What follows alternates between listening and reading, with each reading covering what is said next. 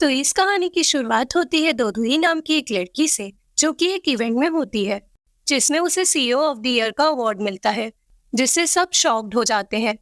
दोदुही मेरे ग्रुप की सीईओ है, जो कोरिया के टॉप बिजनेस ग्रुप में से एक है और इसके कई दुश्मन हैं। दूसरी तरफ हम मिलते हैं गुवॉन से, जो कि एक डीमन है और वो देखता है कि उसके कॉन्ट्रैक्ट का वक्त पूरा हो गया है और वो तुरंत सोल कलेक्ट करने निकल पड़ता है। इस बार जिसका नंबर आया है वो एक माफिया गैंग का बॉस होता है, जो कि मरना नहीं चाहता था और वो गुवॉन से नई डील करने को कहता है।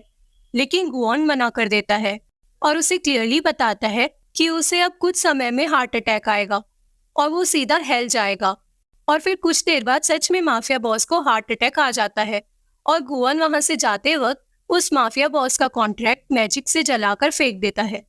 अब दोदोही एक बीच में होती है जहां वो सोजो पीती है और ड्राइवर के लिए कॉल करती है और फिर टैक्सी में बैठ जाती है, बिना जाने कि वो ड्राइवर एक्चुअली में ड्राइवर नहीं बल्कि एक कॉन्ट्रैक्ट किलर है।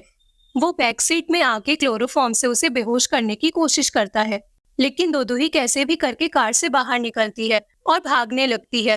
तभी उसे एक आदमी उसकी तरफ आता हुआ दिखता है। वो आदमी और कोई नहीं, गुवॉन होता है। दोदोही उससे हेल्प के लिए रिक्वेस्ट करती है, जो जाकर उस टैक्सी ड्राइवर से लड़ता है और उसका बुरा हाल कर देता है।